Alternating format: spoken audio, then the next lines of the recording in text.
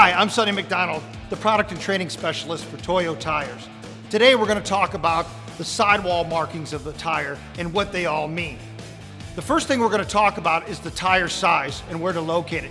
Generally, the tire size will always be found on both sides of the tire. We have an example of a 245/45 R18 96V. So what do those numbers represent? Well, first of all, the 245 would represent the section width of this particular tire in millimeters, how wide this tire is from bulge to bulge. The 45 represents the aspect ratio, or what I like to call the sidewall height of the tire. And that represents that that tire is going to be 45% of 245 millimeters. R stands for radial construction, and finally the last number, which is the 18, represents the rim size in inches. So there you have it, what the tire sizing is on the sidewall of a product.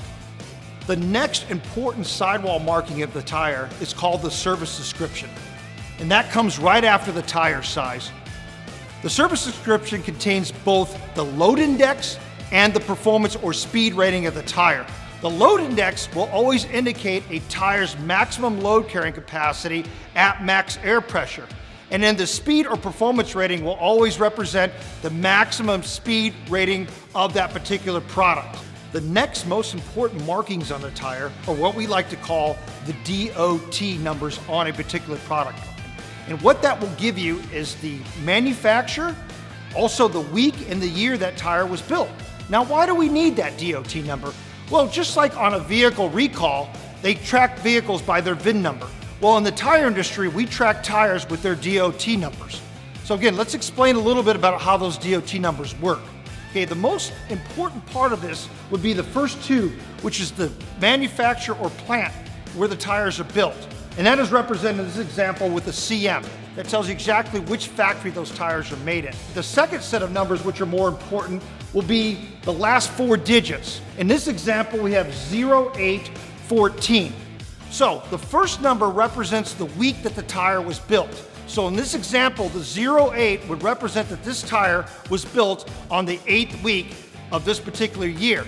So in this example, the tire was built in the year 2014. Now we're going to discuss LT or P-metric light truck ratings and how to read the sidewall markings on the tire as well. In this example, I have an LT 245/70 R17 119/116R 10 PR. And again, let's decipher those codes so we understand exactly what we're looking at. LT stands for light truck rating. The 245, again, represents the tire width in millimeters, or the section width, the bulge to bulge. The 70 represents the aspect ratio, or the sidewall height of the tire. R stands for radial construction, and the 17 represents the rim diameter in inches. Now, after the tire size, again, you will find what we call the service index of the tire. In this example, it's a 119/116R. The 119 and the 116 represent the load index at max air pressure for this particular tire, and the R is the speed or performance rating of this particular product. The 10 PR in this example represents that this is a 10-ply rated tire, or what we like to call a load range E product. Finally, we're going to discuss how to read an LT flotation size product and what the numbers mean on the sidewall. In this example, we're looking at a 37 by 12.5 R20 LT. The first number in this example represents the overall diameter of the tire, or approximate overall diameter of the tire in inches. So this would be approximately a 37-inch tire. The next number represents the width of the tire in inches as well. So this is telling you that this tire is approximately 12.5 inches wide.